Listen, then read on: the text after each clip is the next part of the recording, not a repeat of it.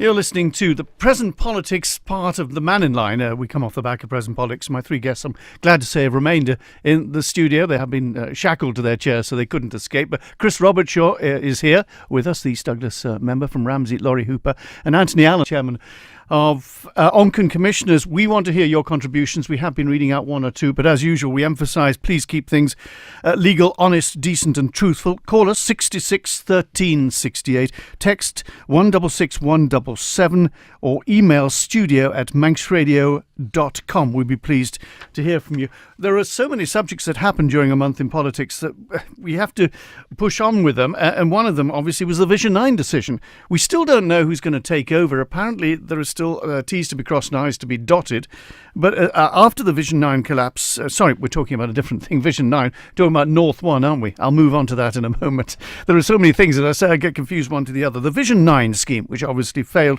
an outline deal between the promoter and the department was scrapped 6 months after it had been approved by Tynwald, and recommendations have been brought forward to ensure there's no repeat.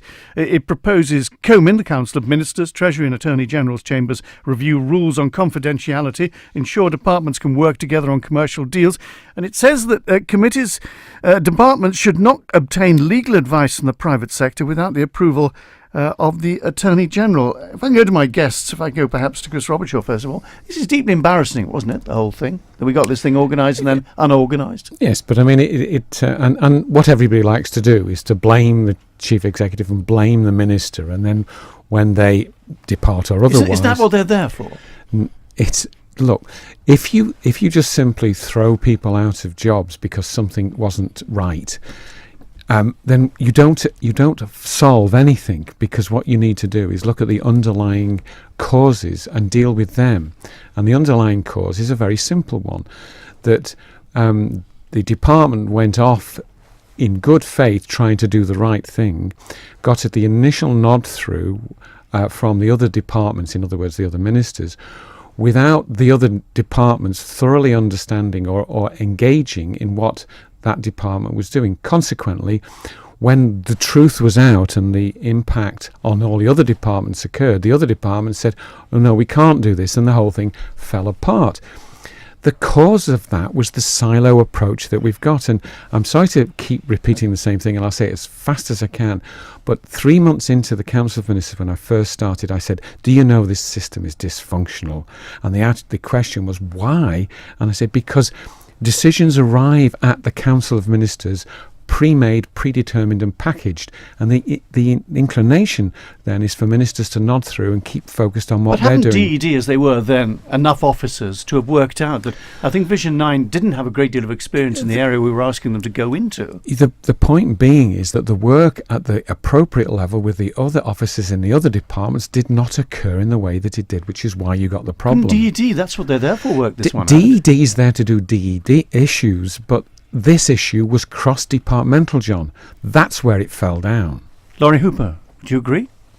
In some ways, yes, and that's why some of the recommendations in the report are talking about cross-departmental working and having the TT especially being run by a working group rather than by any one individual department.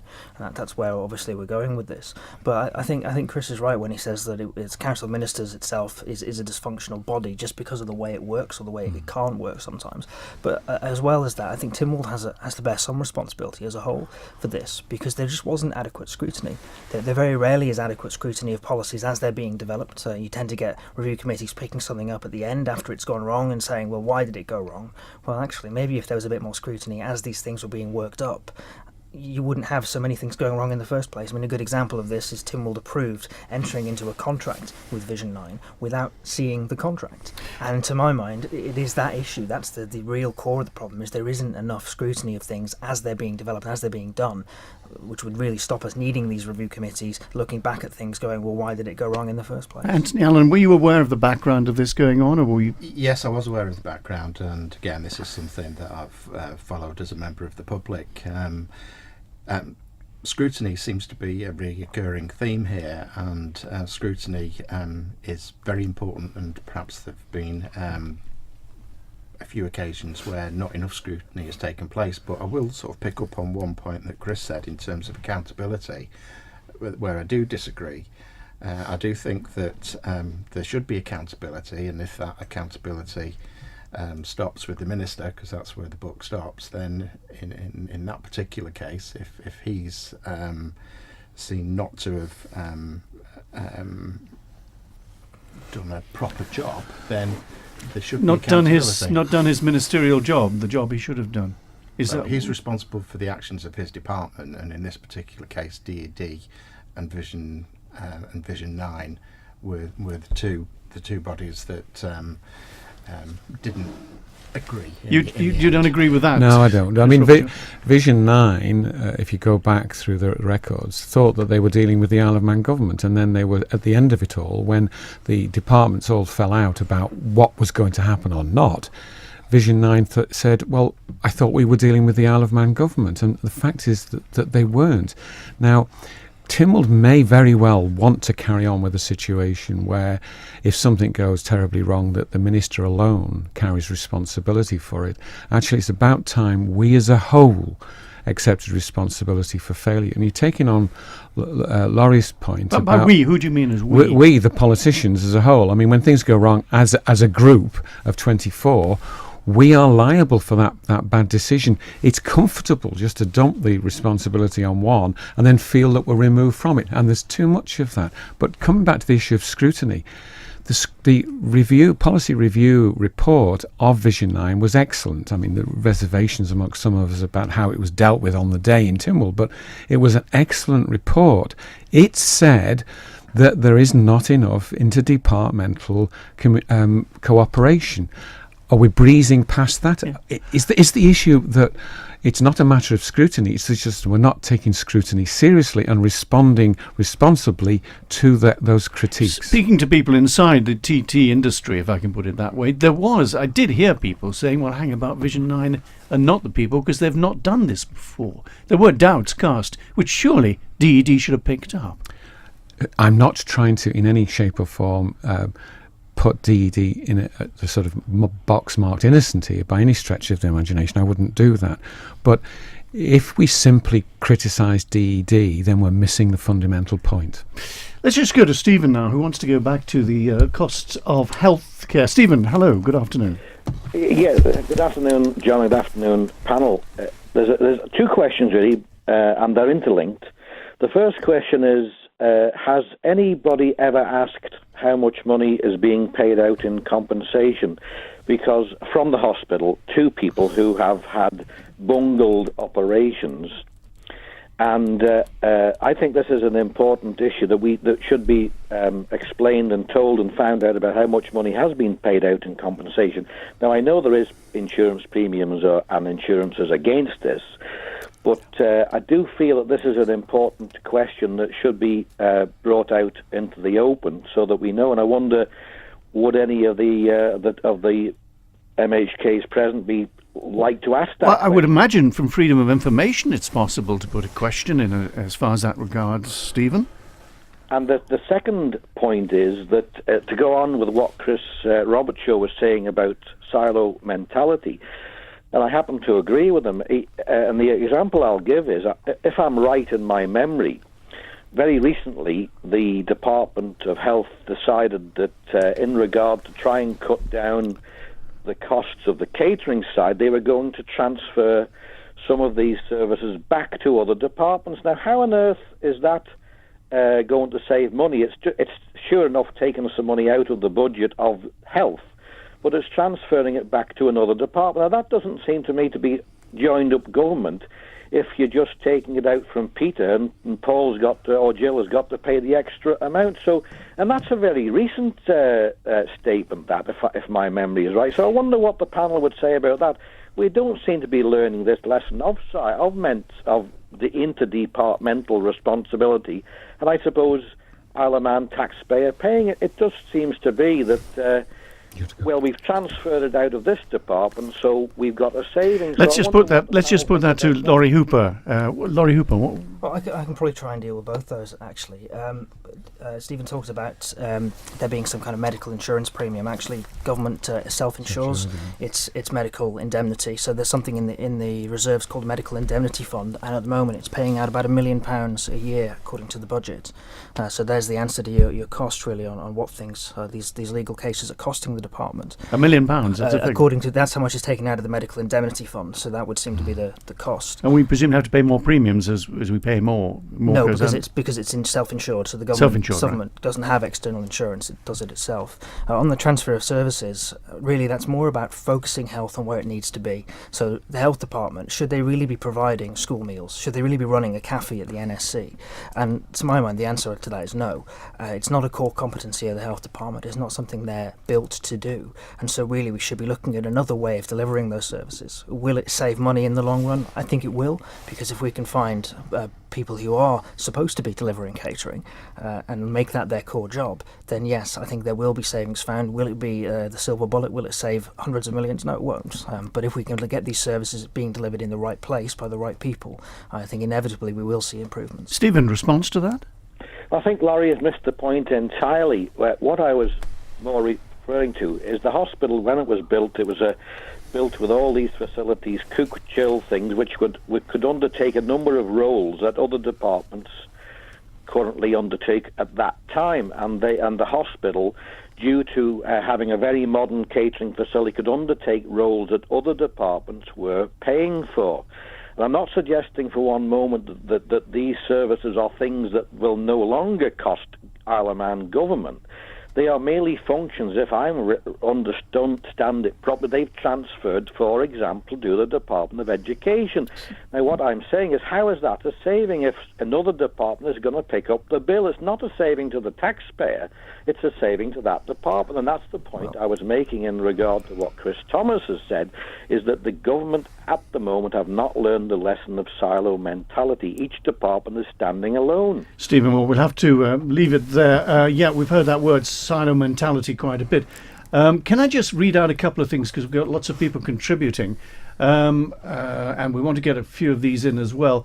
Can I say that Mr. Robertshaw is wrong in saying ministers can make mistakes? How many ministers are deemed to be as acceptable? Mr. Kelly was responsible for the Jackson's and Tom Jones gigs, which cost us hundreds of thousands of pounds, as well as Vision 9. Mrs. Beecroft was told to resign. So what's the difference? Well, the huge difference there, because the other matters, the Jackson issue, for example, was specifically within the department. The matter I was alluding to was the fact that the Vision 9 was a cross-departmental issue.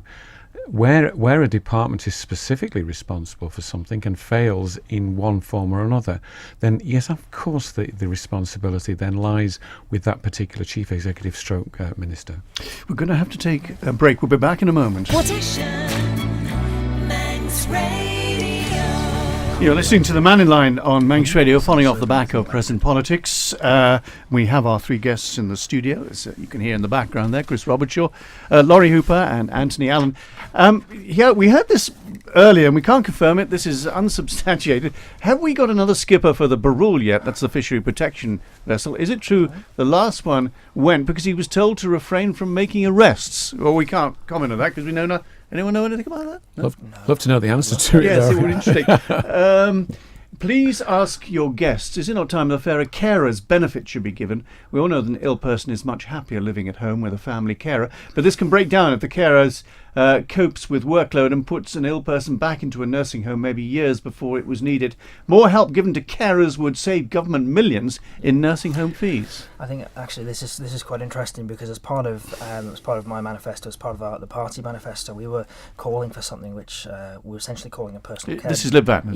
Sorry, LibVan. It was essentially a personal care budget. So if the government firstly identifies the cost of care, which Chris has already alluded to, you know what it's going to cost to provide somebody with this level of care, and instead of saying, well, that means we're going to put you in a home, that means we're going to put you in Nobles, you turn around to people and say, well, this is what it's going to cost. What would you like? Would you prefer to stay in your own home? Can we fund it in this way? And actually, why don't we take that approach, give the power back to the individual, and just say, we know we're going to be spending X amount on you. Would you rather go into a nursing home, or would you rather we spend this money giving you care in your own home? And people make that choice. Let me follow on from what Laurie's saying, because I can't disagree with that at all. And in my contribution to the motion that Alf Cannon brought forward on the whole health review, featured in the 10 or 11 things that I identified as being crucial to consider, was to carry on the work that the select committee I chaired some couple of years back now on residential care was brought back into frame and further developed, because believe me, this is a growing issue, this whole matter of care at home, the cost of residential care, nursing care. It's going to grow significantly, and we have to get a serious handle on it. So there's no difference again between myself and Lawrie on this one. Can I just turn my attention to Mr. Allen? And we've heard obviously that Onchan are not going to increase their rates this year after reviewing everything. Public sector rents are to rise by 3.1%, but you're not raising your rents, are you? The rents are set by the DOI, the local government unit within the DOI. So you have to. So we have to. We did recommend a zero increase, but we're not the decision maker in terms of public centre rents. But you can bear that without putting the rates up. You can absorb that. Well, like I've just said, we don't have the final decision making on whether the rents stay the same, go up or down. We can only make a recommendation, the same as all other authorities across the island do, to the DOI. The final decision is taken by the DOI. We've been consistent in our message of saying that the rent should be kept at zero. However, that's on a point of principle. I do understand that in this particular year, the DOI have decided to go with what is in effect inflation at 3.1%. 3.1%, yeah. It's academic whether we like that or we don't like that, because we don't have the final decision. Just going on to a subject to do with housing, why has Onchan not joined the housing waiting list, etc.? You have decided as a commission to step to one side. I think Braddon, Garth and the Department of Infrastructure are piloting a shared housing waiting list. Would it not be a good idea to give people more choice? This is quite a big topic area, and I'm sure we're not going to cover all the complexities of this in the next few minutes. What I will say, just as a point of information, is that Onchan's social housing and elderly persons complexes are split into two. The number for Onchan is currently just over 500 social housing, which is a 4-to-1 split. That's social housing being the majority. In terms of a shared housing waiting list, our elderly persons complexes have always been on a shared housing list across the island, and that's never been something that we've ring-fenced. So people can move from one area to another? Absolutely. And also, in terms of shared housing waiting lists, you've also got transfers between different authorities, which exists. It may not be something that is official, but certainly you get the housing officers from various authorities talking to each other, and there has been practice that's happened where people have transferred, for example, people from Douglas to Onchan and vice versa in the past. Lawrie Hooper, obviously you were part of the commission up there. Yeah. What was their experience? What's their experience up there on this? Well, it looks to me that Ramsey's participating quite fully in the Northern Waiting List trial. Everything I'm hearing is that it's going reasonably well, by all accounts. It really is the way that we need to be moving. The department has decided a housing policy for the island, and it's allowing a small number of local authorities to sidestep that policy and say, no, actually, this might be what's best for the rest of the island, but not for us.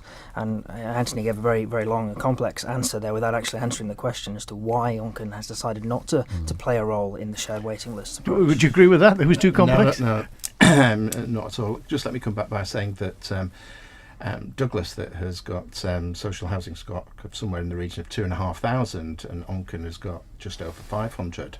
I certainly wouldn't say 2,500, 3,000 combined it is a small number by any means, but there are distinct reasons why both Douglas and Onchan have decided not to join the shared waiting list. Just before I go to Chris Robertshaw, it's quite interesting your position in Onchan, because of course you've got that little area of land which has two MHKs which are not Onchan MHKs, with Onchan people in it, because actually after the constituency rejigging, etc., you've got your two Onchan MHKs and those two from Garth as well.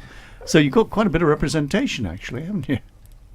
It's almost a unique position on the island. In effect, we've got 4 MHKs, and you would like to think that certainly in terms of, just give you an example, when it comes to putting pressure on the DOI for resurfacing roads, that our combined 4 MHKs would make strong representation to beat the drum loudly. Exactly. Yeah, Chris Robertshaw, sorry, getting back to the previous subject. Yeah, I mean, this is the issue of shared waiting lists was something I mooted some years ago, and I was in social care, and I'm delighted that a number of local authorities are now engaged in this, because at the end of the day, it's very important to put the tenant first, not what the Onchan commissioners may think about their particular area, but making sure, for example, if you've got somebody in the north of the island who loses their job up there and needs to work down the south of the island, a clear opportunity occurs for them to be able to engage through a properly shared waiting list across island, can then move from one place to the other. Otherwise, what are we left with? Because a local authority decides that it's not fair to engage in this sort of thing, that person ends up out of work completely. We're going to have to take another break, I'm afraid, because that paves the way as far as this radio station is concerned. I will read you something about Manx Radio in just a moment. But first, and also we'll be talking about a committee that you're setting up, or looking to set up, Mr. Robertshaw, looking into ways in which financing structures can be used to fund key infrastructure schemes. But first, this break. Welcome to Man in Line off the back of present politics with Lawrie Hooper, Chris Robertshaw and Anthony Allen, my guests. One or two contributions from you. Talk about the lack of scrutiny. It would appear that this is also the case with regards to the meat plant. How can government hold a meeting by selecting who attends the meeting? Surely every farmer should have been able to attend. Another cloak and daggers by the government. I hope to be talking to the last president of the Manx National Farmers Union into the programme in Mandate tomorrow morning. Get his view. He was, shall I say, at the meeting. So we'll find out more about that. This comes in, let me just read it quickly. Let me just read it and tell you what it says. Read the Manx Radio question. Manx Radio offers excellent value. I'm blushing here. For money, providing the island with impartial and extensive numbers of services. Its news coverage is first class. Its services are open to all aspects. I've watched the BBC as my main TV station for years. It now demonstrates a significant political bias. It's become very pro-Corbyn in its political coverage and can no longer be considered open to all. Its coverage of the Paradise Papers is a prime example. And there's more of that as well. Are you going to thank your MD afterwards? Yeah, I will do. Pass that on. I think that's guaranteed my employment for the next 6 months. Anyway, can I just raise something with you, Mr. Robertshaw? Yeah. You have got yourself a select committee to look into, quote, modern financing structures, looking at key infrastructure schemes. First of all, what do you mean by modern financing structure? Do you mean there's public-private sector initiatives? It could be public only, it could be public-private, it could be covenants on private sector developments. The point of the matter is that the evidence that I'm becoming more and more aware of is that we're seriously behind the curve here, and that we need to continue to invest significant sums of money into the Isle of Man, and that money can't constantly come from our depleted reserves. We have to find new ways of doing it. So the intention of the Select Committee, which has been formed, it actually has been, Tynwald has agreed to it, and it has to report back, I think, by May. It's quite a short, tight report. It's not intended to bring forward specific recommendations that then Tynwald has to vote on. The idea is, it's a new way of working to some extent. The idea is that it will produce a research paper which is then available to all officers in government and all members of Tynwald as an advisory document, should we be capable of producing that, which I'm fairly confident that we will. Take it, for instance, the promenade, £21 million. How different would that be in its... It wouldn't, because, and let's be clear, when it's very important not to go down to specifics, because your audience will immediately say, well, Chris Robertshaw is talking about that thing. No, I'm not. I'm talking about creating opportunities which can occur in all sorts of areas. It's very, very wide. Let me just quote, and I used it in my speech, let me just quote Jim Mannin, who's, I think, got local finance. Well, he's reportedly got on investment 800 to 900 million pounds, something of that nature.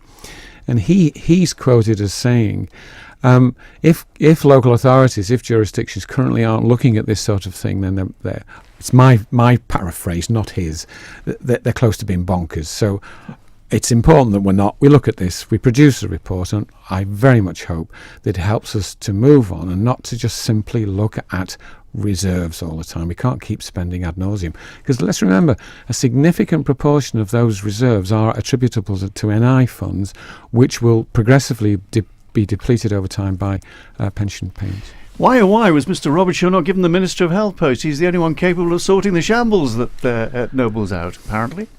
That's for others to say. That's for others to say. Can we just go on to the promenade scheme? £21 million. First of all, does it need doing? We've had a skimming over a year ago, which surprised everybody by how quickly it was done. Everyone was aghast. And then it seems to have held together nicely. I mean, I go along it and I look out for potholes. And after a year of what was supposed to be a very thin skim, there are no potholes. Well, I was a hotelier on the promenade for something close to 30 years, and I became quite intimate in my understanding and knowledge of the sewerage system at the time, the structure of the promenade. And I can, from my experience, I can categorically state that it's now past time that we invested significant sums of money in getting the most important part of our capital properly presented and properly organised. How important is the promenade, and should it be reinvented? Basically, it's a roadway, isn't it, at the moment? A lot of traffic using, 6 million vehicle movements a year. And when it was designed for to Lyon Pom Pom, wasn't it, originally? With brass bands and things. Well, look, we've been debating this now. We've had so many false starts on this for so long. Let's just get on with the job and get something done. And 10 out of 10 to Ray Harmer for getting on with the job. What curve was Mr. Robertshaw alluding to? What, did you mention curve? I'm not sure. Anyway. Oh, behind the curve on investment. Behind the curve on investment. Developing policies regarding how to make money work for jurisdictions and communities and people of the island. Mr. Allen gave us a very detailed delineation of why Onchan commissioners didn't wish to join the Transfer Housing Association, as transfer between interrelating authorities is already possible. Mr. Robertshaw more or less said the same thing, and one wonders if this is a bit of empire building from a certain department within government, thus a substantial pay rise for their chief executive and subordinates. That's lost me completely. That's lost me actually completely. I have trouble finding that. I'll have a look at that and come back to it. Okay. Oh, sort of hand up from Mr. Allen, yes. Yeah? I'm trying to interpret that comment. I'm thinking that makes reference to the DOI and the chief exec in this particular case, I think, is Debbie Reeve. Well, no, she's not chief executive, but she's in charge of housing, as far as I know. Yes. Yeah. Moving on to various other things that we have in front of us, various other things, and this is something that is completely beyond curve. This idea of a bridge. Which seems to too far is the a bridge too far. Yeah, we've got a bridge originally apparently from Boris Johnson, basically said from England to France, we need a bridge, we've got a tunnel, we need a bridge. But also, and it seems to be from sensible people, that you get a bridge going from Scotland to Ireland, in which, just like the gas pipeline, we could have a sort of a T-junction and have people turn to the Isle of Man. This is, if it was April, obviously I think it was an April Fool. The proposed cost of that was something in the region of £50 billion, something like that. Yeah, we're uncomfortable spending £21 million on the promenade. I think £15 billion is definitely a bridge too far. Yeah, well, our communication with Across the Water, though, at the moment, especially with the review going on about the ferries, etc. Well, absolutely. If we've got a contribution to that sort of spending on a bridge, then surely we must be capable of getting the true bridge, that's the ferry service, right. And there's a lot of work to do there. I did see it suggested that the Isle of Man government. I was listening to a clip from about 20 years ago, which suggested the Isle of Man takes a a bit of a stake in the steam packet and takes it over, etc. This has come up again. Is it practical and is it desirable? And Well, you have to go back 25, oh, God, goodness knows how many years. I mean, I've been banging the same drum for so long now, I'm getting fed up of my own commentary. But I've always maintained from the get-go, and I remember arguing with Miles Walker about this a long time since, that if we're going to have some form of licensing structure for our ferry service, it's very, very important that not only are we interested in the management side, but that we have some serious interest in the ownership, because if we haven't, then the ferry service becomes a commodity on the international financial markets, which is exactly what's happened. And somehow or other, and I think Tynwald's of a single mind on this, we have to remove that. We have to remove our facility, our lifeline, from becoming a commodity on the international financial market. And taking it over now as well. Obviously, both I'm not saying take it over. No, I was just saying about a timing of anything who's suggesting that. You've got two vessels there that are reaching, really, I suppose, the end of their working lives, aren't they? Towards the end of it. Well, can I take you back to the interesting issue of a select committee looking at modern infrastructure investment fund? Leave it there. Okay, let's take a break. We're coming towards the end of the programme. Please, contributions from you. Can I just mention this? Why are they doing Castle Street in Douglas? Why is it has closed every one of the side street accesses? Surely it would have made sense to close... Hold on. Then surely it would have made sense to close, we'll do it, then close the next one. That's right, do one, close that, and then go on to the next one and do that. Is it inconveniencing you what's happening down at Castle Street? Obviously, this is part of the regeneration.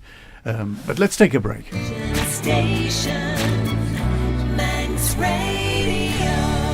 Just 5 minutes to go on the programme. My guests, once again, let me remind you, Lawrie Hooper, Chris Robertshaw and Anthony Allen. A question from a listener. Why are patients being sent to Liverpool just to have an eye injection that takes minutes, but a great cost to travel there? Why don't we have a consultant on the island capable of this procedure? Can I just offer... I presume it's because I don't know how many of these things they have. Having an injection in your eye, I would imagine, would be very, very specialist work. And I don't know how many from the Isle of Man need that, whether it would be worthwhile having a consultant purely for that job. I don't know. If we can step back and generalise, I'm not trying to dodge the question at all, but as part of the review, I do hope that we finally decide that, or recognise the fact that we've got a small community with a small general hospital, and we're going to have to very honestly, as part of this review, in my opinion, decide what it is that we're going to do very, very well indeed on the Isle of Man to the highest standard, and what is it that we've got to do off island, and how do we engage in those relationships wherever those hospitals may be, so as that once you go in through the gateway marked Isle of Man NHS, after that, you're going to get the best possible service. It's close to totally impossible for us to have a small community with excellent delivery in all the areas. It's not possible. Do you think it would be possible for the Isle of Man to specialise in one particular area, so we actually get imported people who basically pay well for us to do this job? You say one area, it might be more than one. I'd be very, very surprised if that doesn't form part of the review. Lawrie Hooper, you're nodding your head. Would you agree? I completely agree with that. I think there's absolutely no reason why the Isle of Man can't become a centre of excellence for maybe a number of different medical treatments. Like Chris says, we're not going to be able to do everything on the island all the time, so let's focus on doing the things we can do and doing them very, very well, and then saying, well, actually, if we do need to send people across for specialist treatments, making sure we know what they are and they're going to the right place. Yeah, this is a comment I've made recently, but it's very specific about consultants aren't individuals anymore because of the insurance liabilities that they have. Particularly consultant surgeons, they build up teams around them that they work with for years. They work in specific places. They make absolutely sure that the top rank consultant surgeons work in a way that ensures they've got the team wrapped around them. You cannot take that individual out and place that person somewhere else. It just doesn't work. I sometimes wonder whether there's other areas where the Isle of Man can flourish in this regard. For instance, the island's cyclists, obviously they're very good. Why the island perhaps doesn't set itself up as a cycling centre of excellence, a centre where people can come from across, draw upon the expertise of people here, and also use the island, which has got its ups and downs, and it's wonderful for training, etc. Why doesn't it advertise itself as a place where you come as a cyclist to hone your skills. Anyone think that could hold water? I don't know. Anyone here cycle? I know that Bill Shibbins would be very interested in supporting that idea. He's very keen on getting more people cycling. He cycles as well, doesn't he? Yeah. I'll pass my sell-by date on cycling, Joe. Sorry. This is from one of our listeners as well. It's a wide-ranging. It would be better for local government reorganisation, reducing the number of authorities to 5, with 5 MHKs for each area. Goodness me, we've just had a reorganisation. Introduce an all-island rate. Use Summerland, it goes on a bit, use Summerland as a multi-storey car park with horse trams and stables underneath, and introduce Parry's People Mover. Now, Parrys, we didn't know, so luckily Mr. Hooper had his we've just Googled small it. machine. Turns out it's a kind of light tram, which actually I think in principle maybe we should be looking at using the MER as more of a commuter railway if the rails can cope with it. I don't know the answer to that, but it's definitely worth exploring. But Lawrie was just saying that this particular tram doesn't need overhead wires, so it's something that would generate its own internal power. Something worth looking at, Parry's People Mover. I hadn't heard of it before. And for information, injections in eyes is already happening on the island for some patients. So that already happens at the moment. Just quickly, before we go, a month's time, the budget. Do you think the last year has been good for the island? Do you think that it's settled down? There is still the pensions problem. Settled down's the wrong word. What we've seen is that the flat lining on income has stopped. We've everywhere right across the Western world, we're emerging from the post-2008 crash. And yes, we should see some degree of upturn, but that does not solve the underlying issues that we've still got to face. Anthony? I just want to rewind actually and just add one comment on health. I'd like to see a lot more investment going into training our own on island and fast-tracking people across the board as health professionals. Just quickly, Lawrie Hooper, on that. I think the last year's budget was very much a holding budget, trying to keep things steady while Al found his feet and while the new government kind of got their feet under the table. So I'm expecting this budget to be a little bit more dramatic and really saying this is where we're going to be going over the next few years. I'd be very, very disappointed if it is just more of the same. And next month you'll be able to hear that budget speech live here on Banks Radio. That's it. Thank you very much for my guests. It's news time.